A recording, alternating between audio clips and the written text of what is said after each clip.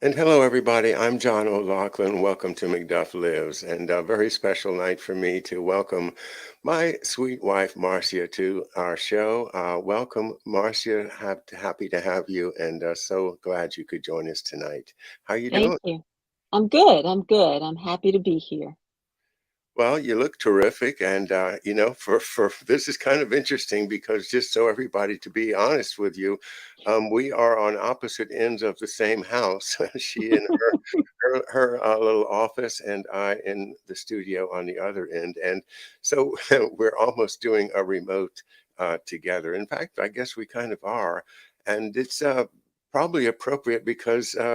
You get to take the chair here and lead me through some questions tonight, which this is a project that Marcia and I have been working on, and Marcia's doing the heavy lifting on it. It's our podcast, and it's called McDuff Lives Podcast, and we've got about maybe 10 or a dozen shows up so far.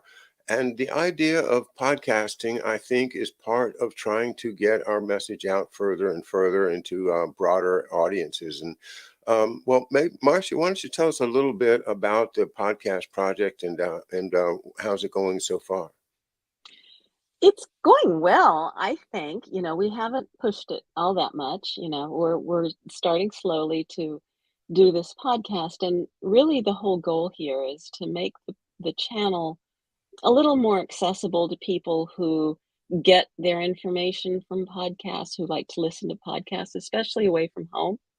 And driving in the car or out walking or whatever, wherever people listen to podcasts, I just kind of felt that maybe it would reach an audience that isn't likely to sit in front of the computer and watch the whole show. So what we do is once a week we choose one of the shows from John's channel and turn that into a podcast. I go through and maybe take out any references to what you're looking at on the screen because people will just be listening.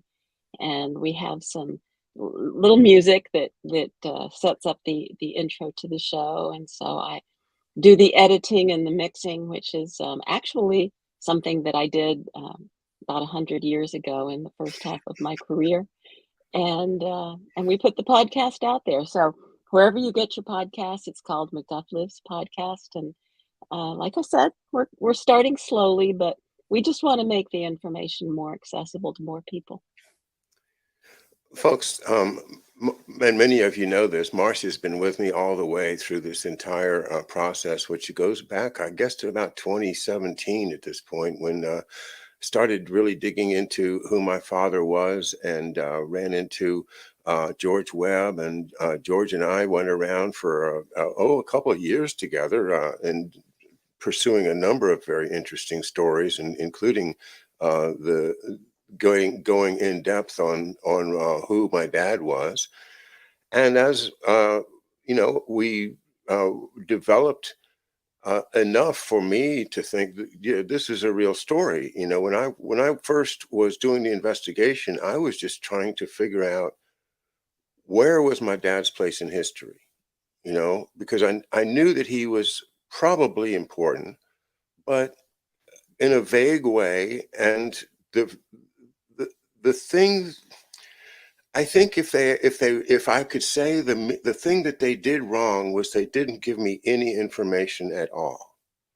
Mm. I mean, he dies. I'm about 18 years old. I'm, his only son, the oldest child, and there's nobody else around to figure out what happened to my dad, except for whatever they were willing to tell me.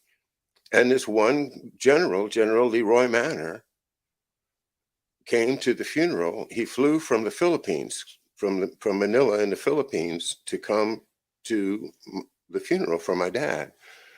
And he was the only person that came up to us and said anything. And what he said was, "Your dad was a great man, and that's all I can tell you." And then he kind of just excused himself and went and talked to the other people there. But we were me, my sisters, my mother were fairly isolated at that event, and because it was really kind of for them, it was for his colleagues, the military people that I never knew anyway. But that was not enough. That just, what do you mean he's an important guy? So I started, I'm just, through my legal career, whenever I could try to find something out, I would, but I didn't have time and I couldn't put it into it. But once I was able to wind down the career, as you know, that's when it really took off.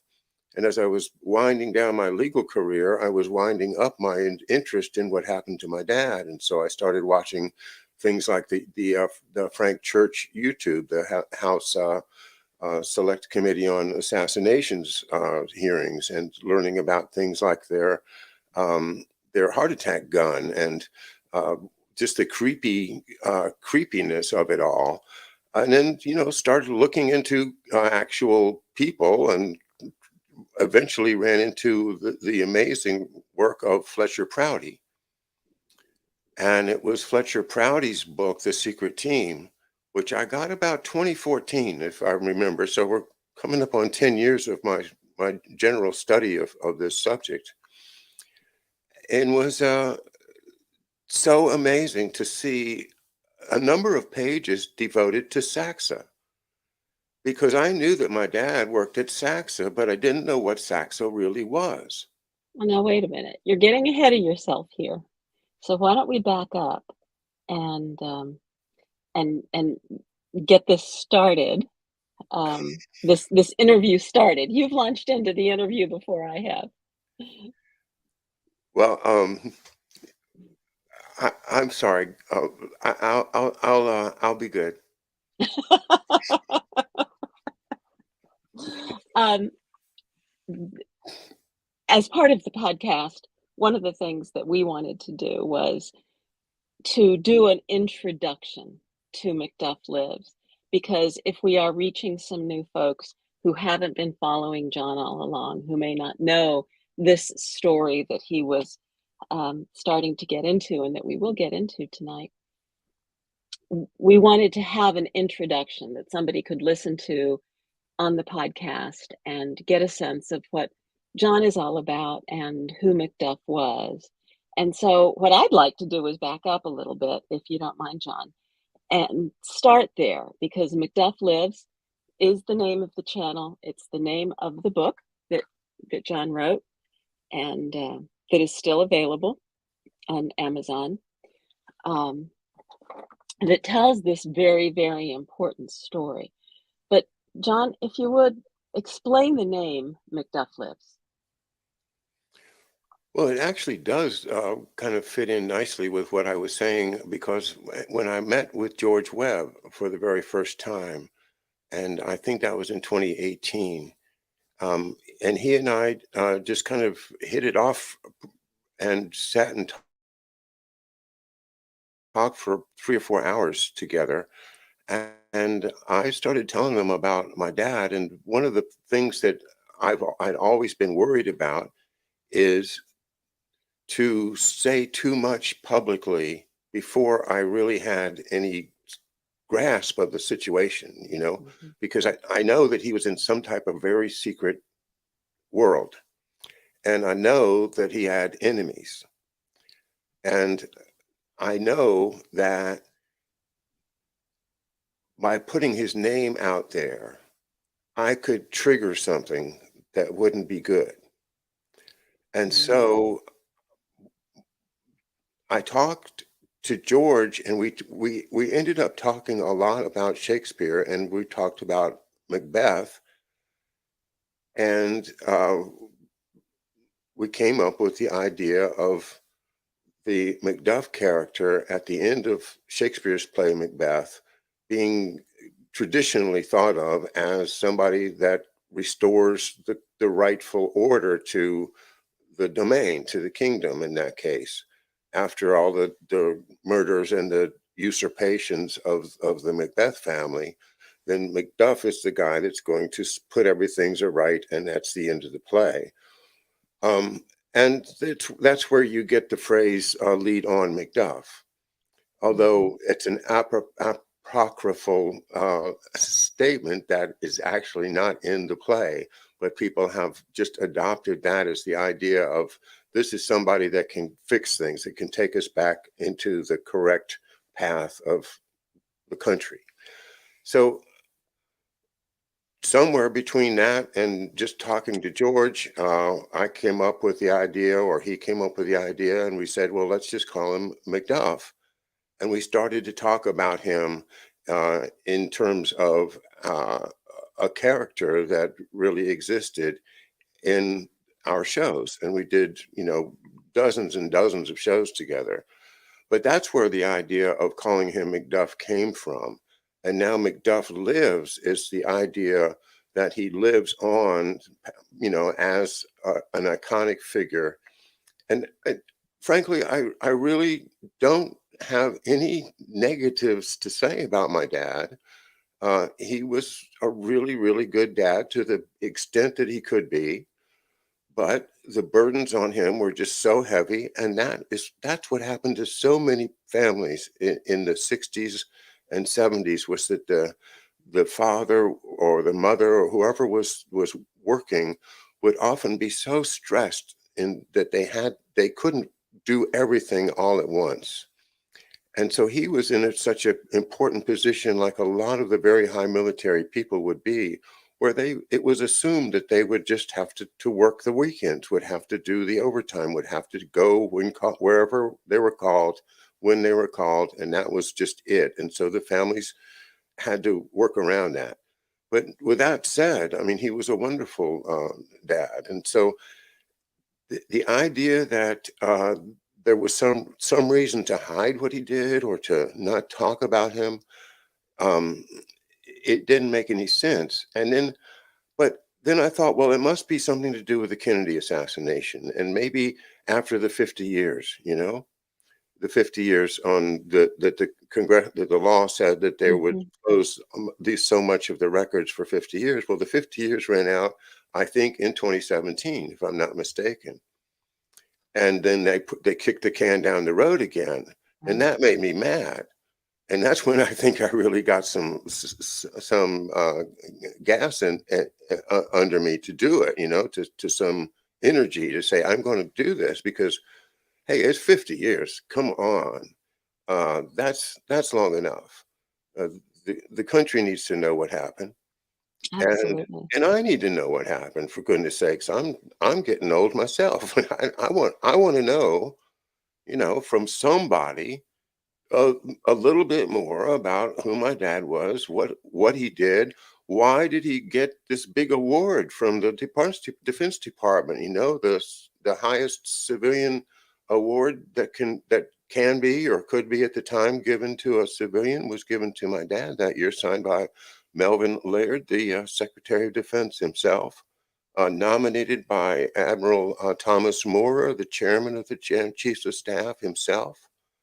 Um, this is a man that was really revered by his colleagues and by his superiors, and that's why he got that award. But what did Mhm. he do? Why was he so Right. honored with that award? And that, of course, I've just been digging ever since. Well, let's maybe back up a little bit and go back to the beginning and of your dad's story and how he just give an overview of how he got to where he was. Um, might want to even start with his childhood and where he grew up. Some of the stories that you tell in your book. Natty was an only child of a marriage that didn't last very long. His father was Thomas F. O'Loughlin Sr., and his mother, her her maiden name, her married name after what I always knew her as was Margaret uh, Coakley, Coakley, and that's uh, the married name that I knew her by because, of course, they were divorced long before I was born. So um, they were from Hartford, Connecticut, and their parents worked at the Colt Arms factory, which was a big employer, of course, in Hartford, Connecticut, and one of the most important arms factories in the world. It's still there. If you ever drive by Hartford, you can see it has these uh, kind of very, what do you call that? Those uh, tulip-shaped domes. Anyway, kind of an Arab-looking domes domes on it. Okay, It's yeah. that architecture from the 1880s and 90s.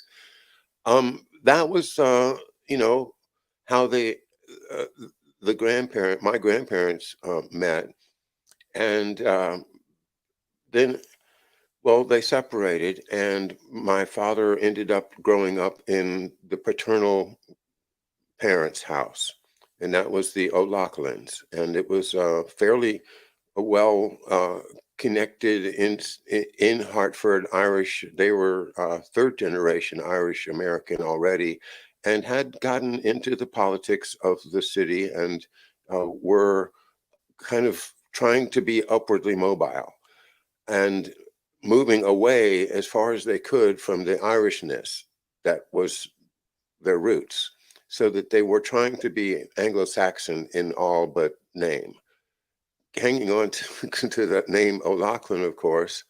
But other than that, living a life Catholics, very strict Catholics.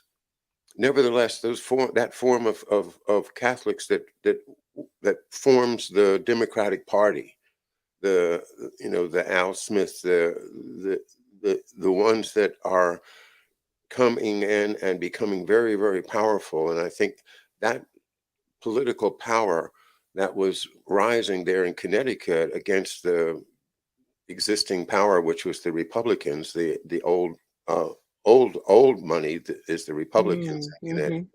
So that anyway, the idea of rising up uh, and being part of America was what that family was about. And for some reason, which I'm not sure about, but you can read more about the reasons I think it was if you want to read in the book. But he was taken out of public school and put into one of the most exclusive prep schools in the country. And that was at the time called Loomis Academy in Windsor, Connecticut. It's now called Loomis Chafee, as the two boys and girls schools have merged. But it is a place where the Rockefellers send their kids. It's a really, really highly, up there with the Phillips, Exeter, and Groton, and all of those Ivy League feeder schools. Well, that's an Ivy League feeder school, and my father was a perfect example because he went from there to Harvard. And just to be, just to be clear, there weren't other people in your family who had gone to Loomis or to the Ivy League schools or any of these feeder schools. I mean, this was unusual for the family? That's right. As a matter of fact, my grandfather, McDuff's father, Tom Sr., was the first one to go to college. And he went to college at Catholic University in Washington, D.C. And so he was kind of expected um, to be a part of the upward mobility of the family, to enter into the law, to become a partner in some white shoe law firm, or otherwise be a great service to to the existing power as a way to elevate the whole family's fortunes. That's the way I am interpreting it right now. Yeah. And so he failed at that. He basically he majored in football and beer at Catholic. He graduated, but he never passed the bar, and so he ended up, with his marriage broken, and the, uh, somehow uh, got into the profession of teaching school and became a school principal in the Hartford school system, but never went into the law, never did fulfill the family's what I suppose to have been his Right. supposed path. And then, so then my father comes and lives in that same family and is And really is kind of raised by that family. is raised by that family, the same Yeah. people that would have wanted my grandfather to take that position. Now, as my father rises up, so and they had connections, as I say, they had connections with the Hartford Fire Insurance Company, and they had connections with the state government in terms of the Highway Commission. And I know that there were other, um, uh, actually, one of the mayors of Hartford uh, had a daughter that was married to my grandfather's brother. So, in other words, they knew people and they were well connected. And so that's how I think that they just decided to take the young boy, Tom, who is my father, out of public school and place him in the only Irish name in the class of 1938 is Thomas Francis O'Loughlin Jr. Well, and you don't just make a decision, I'm going to send my kid to this school. You got to get accepted into the school. And so something somewhere had to have happened Yeah, to open that door. yeah, and Loomis is one of those places that they have so many supporters. The scholarships are already there that you just need to qualify for the scholarship. For the scholarship, you don't ever have to pay tuition, and then he got a full scholarship to Harvard as well. So, you know, maybe he was a genius, or maybe somebody greased the skids for him. But other than that scholarship, he would have never been able to go to Harvard. But Hmm. there he did, a class of 1942, and that was the class that graduated into World War II. And he joined the Navy, and uh, went to midshipman school at Columbia. Was selected as the commander of his midshipman class. 1,000 midshipmen were under his command for the 3-month course, and then he was selected as a officer on the USS Nashville, which ultimately became MacArthur's flagship in the Leyte Gulf campaign from New Guinea and the island hopping. And this story that I never knew because my dad never talked about the war. Hmm. And we know now that he was one of the survivors of a kamikaze attack, and I'll tell you about that in the book. But it's something that formed his character that we never knew about until I did the study and found out. Oh, look at this! December 13th, 1944, USS Nashville hit by kamikaze, 133 killed, and my dad was part of the rescue I crew. was going to say, because he had gone to some training too. Yeah, oh And yeah, he was very much involved in the rescue and the aftermath of that attack and the fire on the ship. right, because he was trained as a fireman and in bomb disposal. So he was like had a specialty that was part of the leadership of the cleanup. And there's a photograph of him, unbelievably, which I found about 5 years ago. I looked through the Navy photos and I didn't see much of him, but then one day I just ran across this Army photo of that was taken of the bridge of USS Nashville with MacArthur on it, and there's this great big guy with the binoculars looking out, and it's October 20th, 1944. The Battle of Leyte Gulf is being launched at that very moment, and he's looking through the binoculars. And who is it? It's my dad. Hmm. I mean, I see him from behind, and I recognize his shape. I recognize his body. I mean, he's a big guy, and most of all, I see his hands, and that's those. I know that that was my dad, and it just floored me that there he is. He's two guys away from General Douglas MacArthur on the bridge of the Nashville at the launch of the biggest naval invasion of the war. An incredible thing. So somehow my dad was in amazing places, and I don't know exactly how, but the story is well worth telling. Hmm. So he spends his time in World War II in the Pacific, and then after the war, where does he go? Well, after the war, he actually was one of the few that was offered a commission in the regular Navy, because, of course, all of these officers that were drafted or enlisted for the war were reserve officers, and as soon as the war was over, their commissions were over.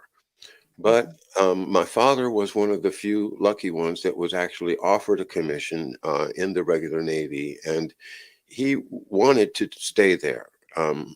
He got letters of commendation from his captains and was all set to stay in the Navy. He was going to study law in the Navy, and obviously that would have been an interesting and very fruitful mhm, career for him if he had done that. But unfortunately, something blew up at home in Hartford, and it had to do with his father. And his father apparently had a very severe drinking problem at that time. And there was just a whole lot of pressure put on my father to come home and go to law school there in Connecticut instead of joining the Navy. And, he succumbed to the pressure. And so I think, that's one of the things that also um, is part of his character, is that he really loved his family and he really wanted to please his family. And so to do something mm, against that family's will, he didn't want to do that. So he went home and he enlisted at University of Connecticut Law School, and I'm told he graduated first in his class. I don't doubt it. I haven't looked it up. And but then uh, there comes the next moment of truth, right? He's got his law degree. The family is still the family. Um, there was no doubt a lot of wish that he would go into one of those big commercial law firms and do well. And but that was just not the kind of career he wanted.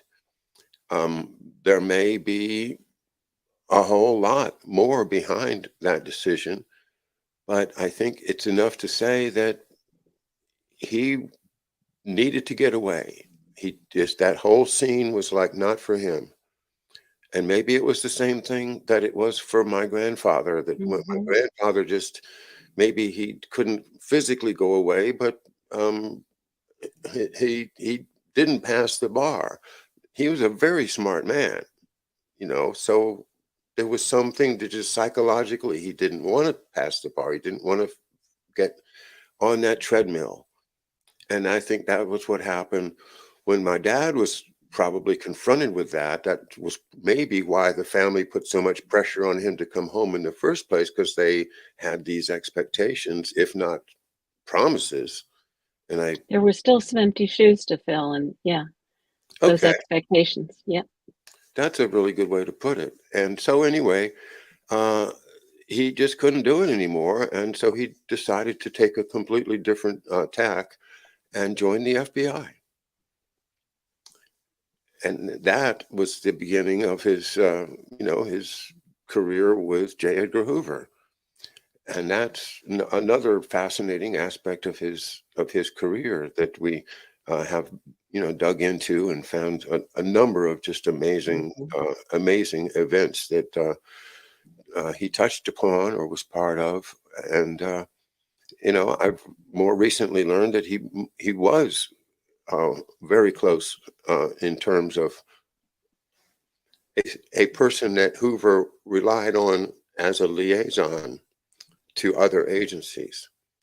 And I think by other agencies, I mean the CIA and other, just to have Hoover had people that were liaisons, that kind of, diplomatic mhm. um, go betweens. And I think that he was in that at least at the second half of his career there. The first half of his career there, he was on a special project which I've talked about in the book, the supposed uh, the 68,000 files, which is kind of what we call it.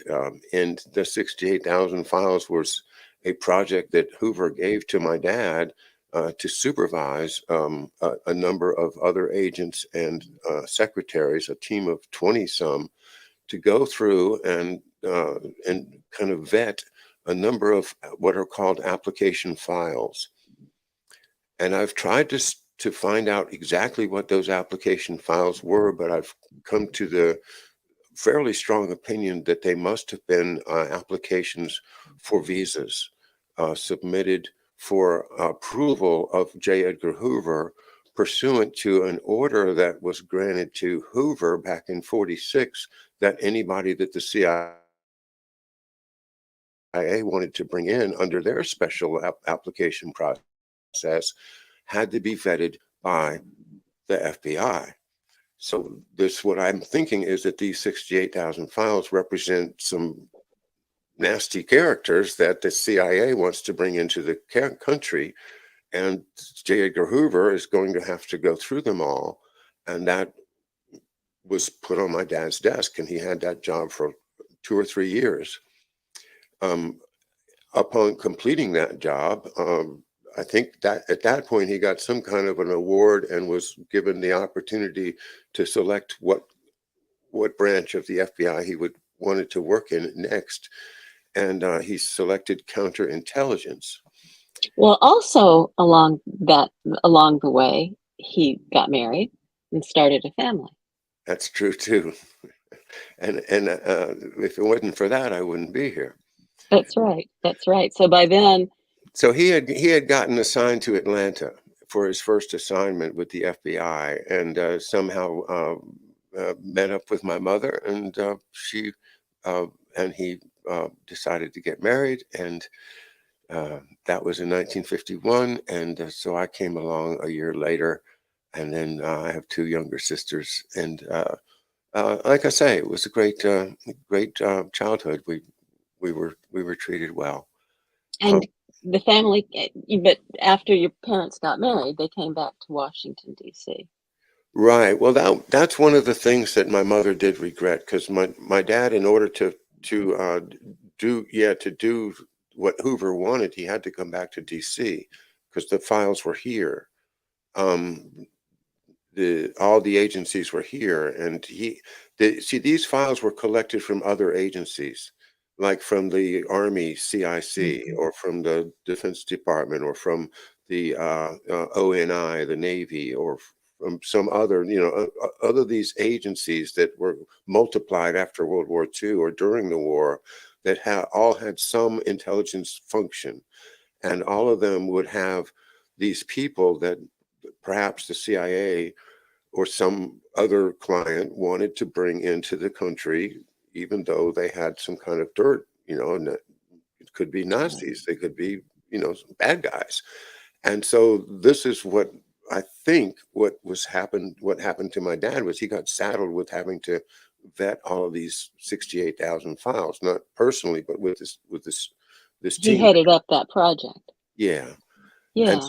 so that was I mean, and I don't have proof of that, Marcia, but I have seen it. I've got four or Mhm. five different really good reasons that I feel it's true. So after that, then you said he got into intelligence. Hmm. Yeah, counterintelligence. Hmm.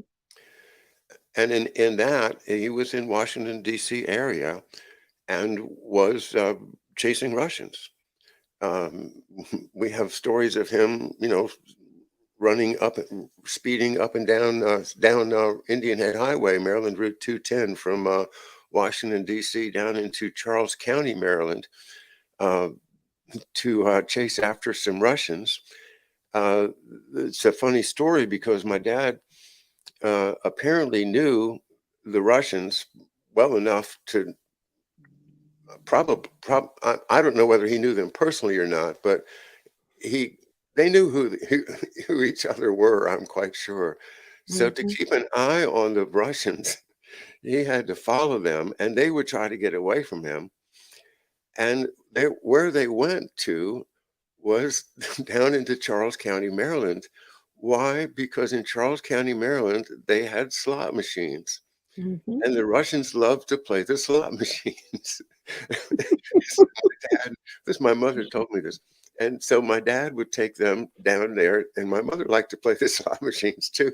So I never knew it until after he was gone, but he'd be keeping an eye on the Russians pulling the one-armed bandit, you know.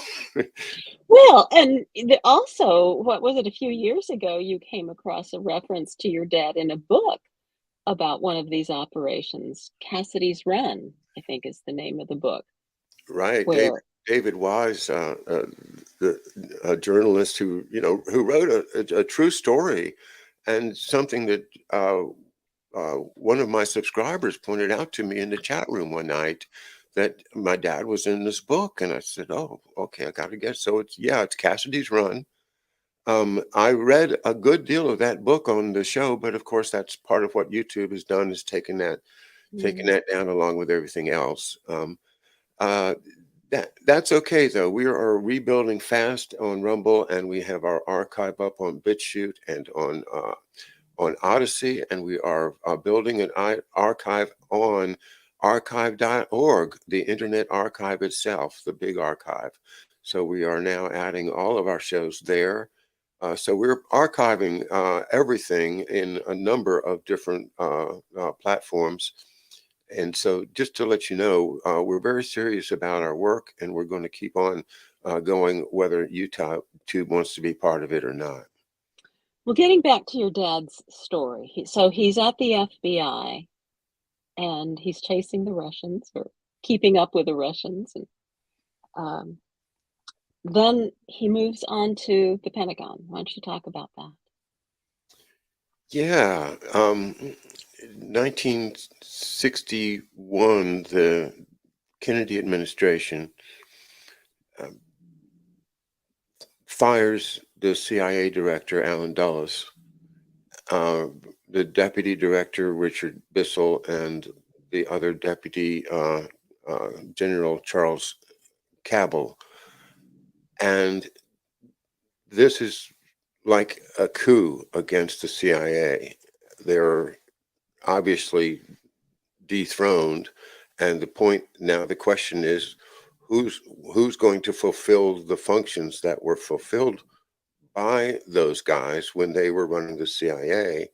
Well, President Kennedy decided that those secret operations, those what they call special operations or special ops, was not going to be allowed by the CIA anymore.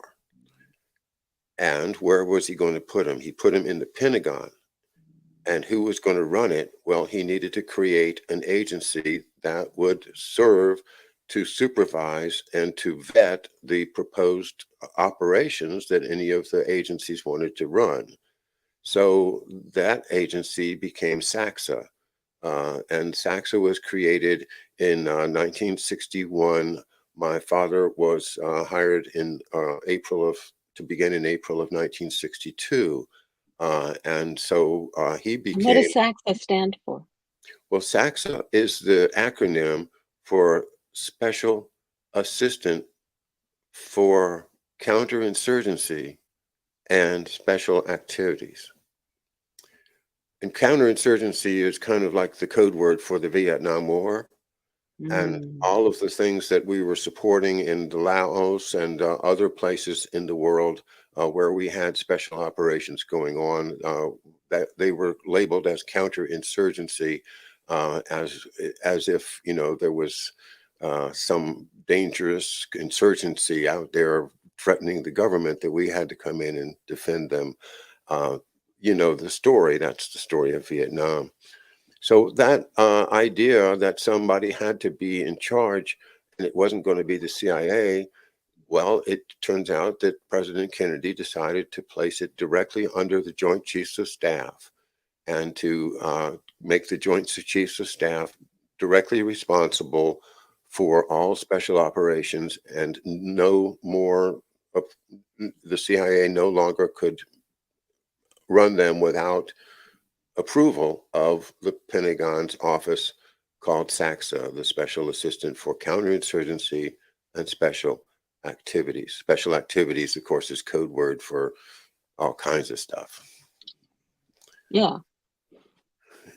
And And so so when we were oh, kids and we called up my dad on the phone, the person that would offer to answer the phone would say special plans. Special plans, well, you know what that means, that this is the office in which it's the top of the pyramid of all special operations for the whole military and intelligence complex. That was where he was. And that, of course, just that whole office, you never hear of it. I think they tried to disappear it. I think they right. don't that I think, there is an office right now that people are familiar with. It's called the Office of Special Plans. And doesn't it sound a lot like, SACSA? And I wonder, if my dad's files ended up in the hands of these people. It's like the Douglas Feith, I think is his name. And there's an Office of Special Plans that I think is running a lot of these ops now. Um, Mhm. Somebody that's familiar with that, maybe I'd like to talk to them sometime. Well, what do you know about what your dad did there? Well, what I know is that he was the planner, the person that ultimately vetted the plans that were submitted. And while I don't, again, this is just my own personal interpretation of what happened. I do believe that one of the things that he was involved in was the raid on Sante prison camp in North Vietnam. And that raid, I think it was 1960, 68 or 69. I haven't got it fresh in my mind, but it was a raid that resulted from some aerial reconnaissance photos that were read over at Fort Belvoir um, by some Air Force guys in in just studying air reconnaissance photos, and they saw some evidence that there was some movement in this particular prison camp called that they know of called Sante, and they ended up doing some more investigation that led the Pentagon to decide to try to do a raid to free the prisoners there. And so that raid was organized directly under SACSA. And so, although my dad's name is kept clean from the records of it, Mhm. there are a number of his fingerprints on what happened.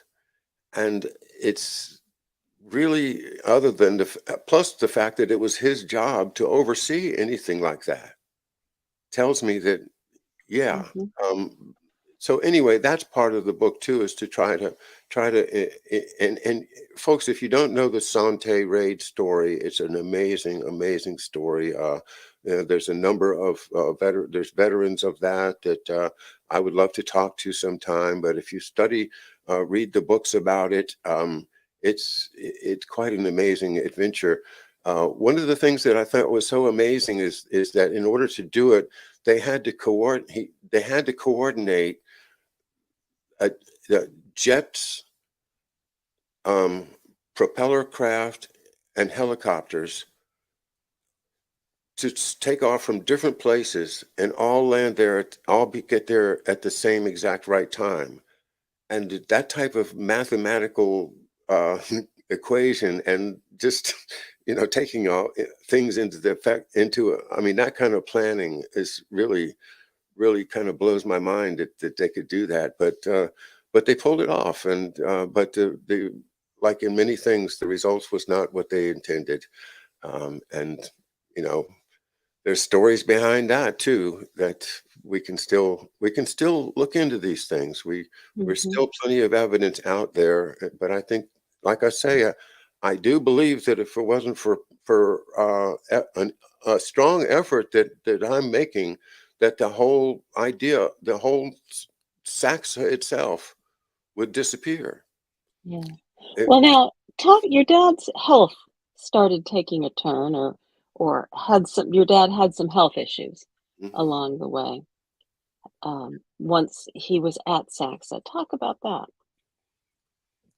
Well, yeah, it started just before he went to Saxa. And the records that I have indicate that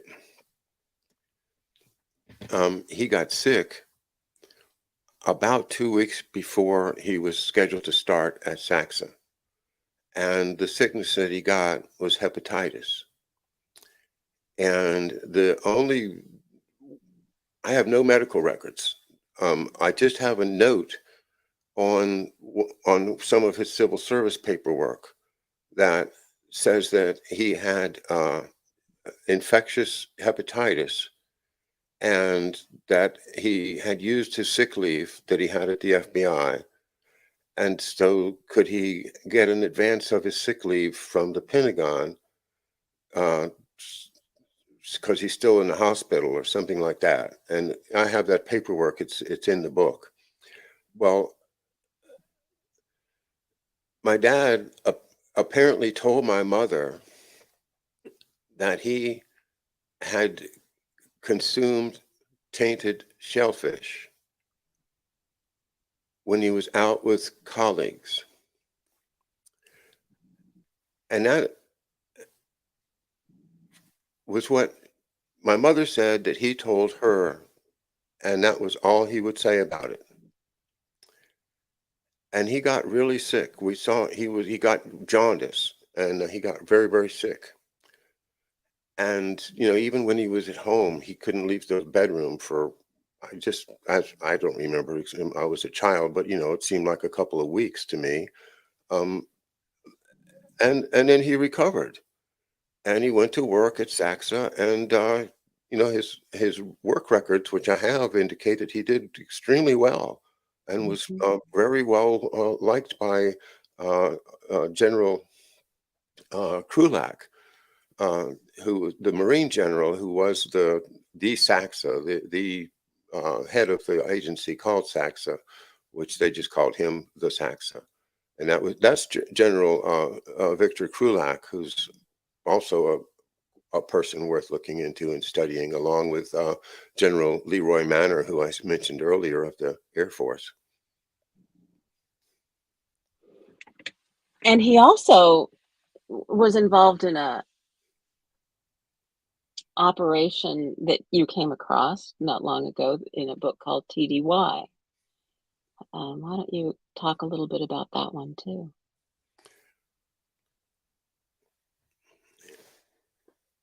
Somehow I met the great author Doug Valentine. Oh, I know how it was. I read his book.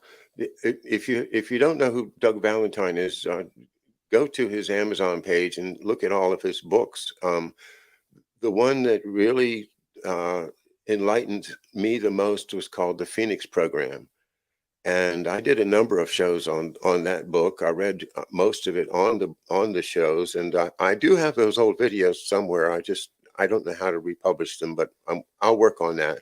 Anyway, the point is that his book was so helpful to me in placing where Saxa was in the whole scheme of the Vietnam War, and what was going on, and who's running what, who is MacSog, who was MacV, what was Westmoreland doing, who was running the air stuff, because then who's running the air stuff has the opportunity to run uh, you know uh, secret stuff and dope and stuff.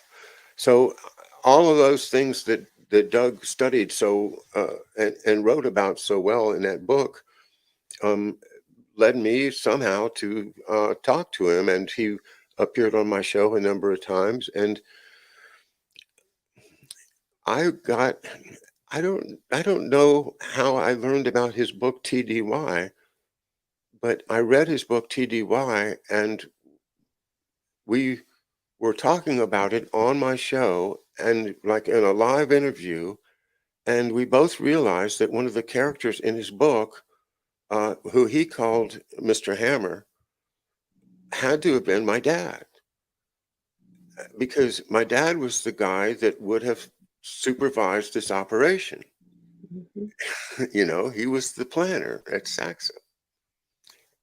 And and so this operation that Doug wrote about in 20 years ago was Doug's record of his interview of a person who participated in the raid into Laos, which was run out of the Pentagon to try to catch the CIA buying dope from the Laotian warlord Vang Pao, uh, Vangpao is his name, and the story is told in his book TDY with the names changed, to protect people, but Mhm. it's a true story.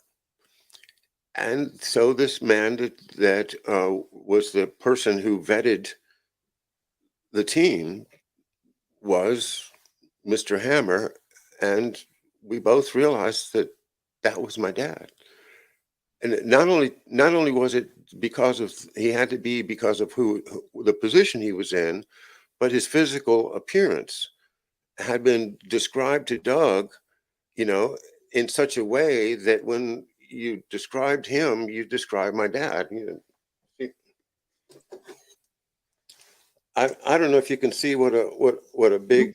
big bull-necked guy he Yeah. was, but I mean this is toward the end of his life. But he was, he was a tackle on the Harvard football squad, and so he was a big guy. Well, John, you mentioned the end of his life, and we're gonna run out of time here, so let's talk a little bit about that. Because sadly, your dad died very young, and he left behind um, a son who has the same sense of duty and integrity to recognize that your father's work was important. Talk about why that is. Talk about why you have um, well, the fact that he did pass away at the age of 51, and why at this point in your life you are devoting so much time and so much hard work to telling his story, and in a lot of ways uh, continuing the work that he started. Why is that important?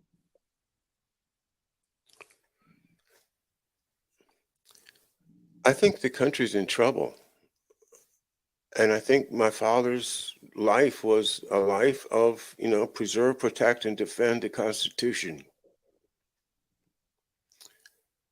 And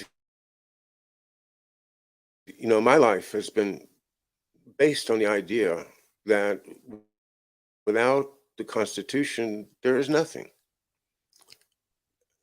And that's why I went to law school. That's what I believe that I learned at the College of William and Mary when I majored in government, and had wonderful professors, learned the philosophy behind government as it was understood back then. But I find myself now delving back into that period with a real jaundiced eye and trying to figure out what they were really, really doing behind these, glorious words. And to what extent are we now, in the grips of forces that existed then and are so powerful that they can manipulate us from behind the scenes into acting in ways that are really, really against our best interest in so many ways, going to war, engaging in bad nutrition, bad habits, Mm. losing our respect for our institutions, our families, tearing our nation's integrity down. And all of this seems to be happening somehow with permission of everybody, but we don't have that permission in our hearts. We just kind of need somebody to be kind of like a McDuff and to say, this way, this is the way back. Let's go back to where we're supposed to be. You know, the founding fathers had a lot of faults, but how in the world could you ever get a better constitution than the one that we have right now? And not only that, but it has built-in ways to fix it. If there's things that have to be added or taken away or corrected, we just need to work together and get this thing working the way it's supposed to before all the wheels fall off. And man, But why isn't it working the way it's supposed to? oh my, because of the subversion And of I our, know that's a big question to yeah, answer in but a few because of minutes, the but subversion of our system by powerful forces that are financial in nature. One way to put it is bankers. Bankers are notoriously uh, uh, willing to spend people's lives before letting go of their hopes of redeeming a piece of paper, a derivative. I mean, mm, look at the world today. A pile of debt.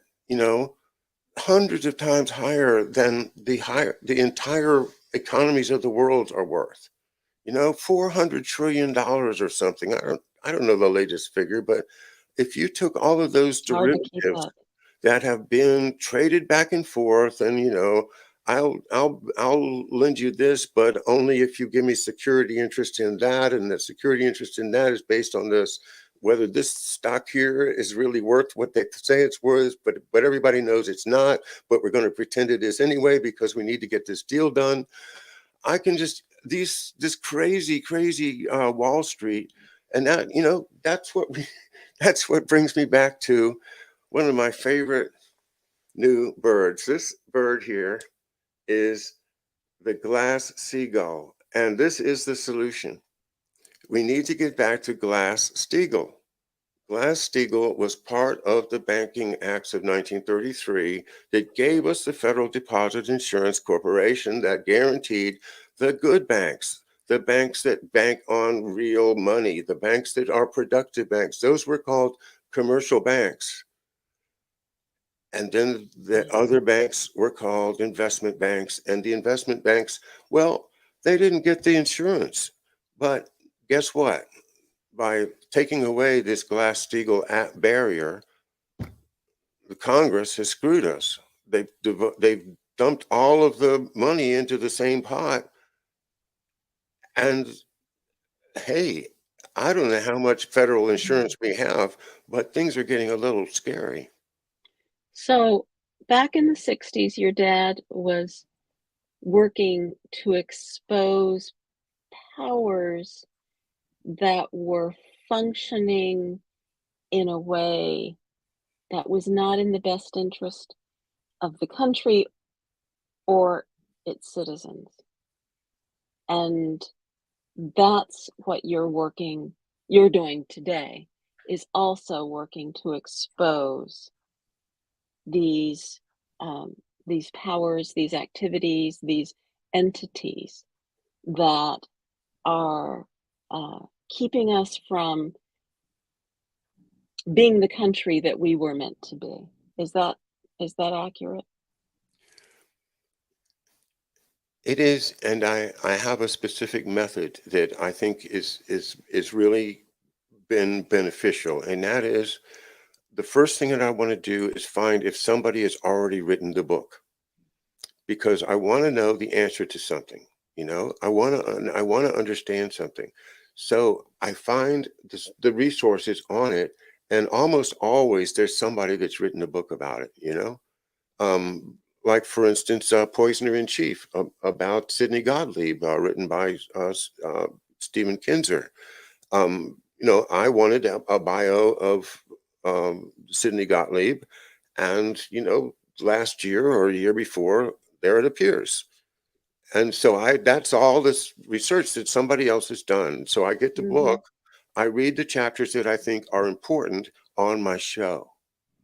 And by putting those chapters on my show with my comments, and I can tie in, Gottlieb's career to indications that he had a hand in manipulating my father in some ways. And of course, once again, I can tell you as much as I can in the book about what I, as a young kid, experienced with my dad, and compare that to stories of people who were submitted to uh, things under MK Ultra.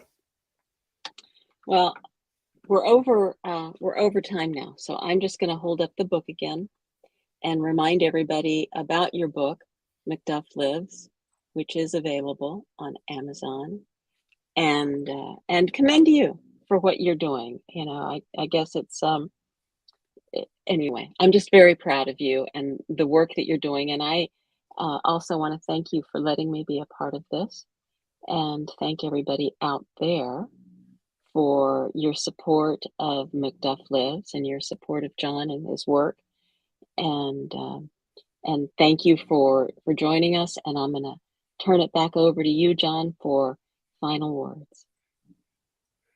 Marcia, this has just been a great pleasure. I have been looking forward to doing something like this and knowing your background in radio, and never having been able to participate with you in this particular this way. I mean, it's really it's delightful, and it expands in another dimension the way that I can relate to you, and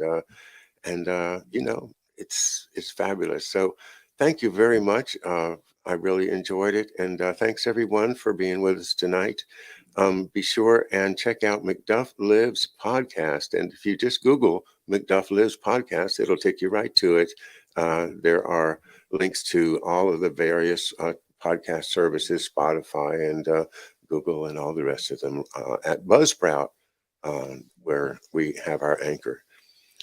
All right, Marcia, thank you again. I want you to come Thank back, and you. let's do this again sometime. And would you please let me schedule you back again sometime soon?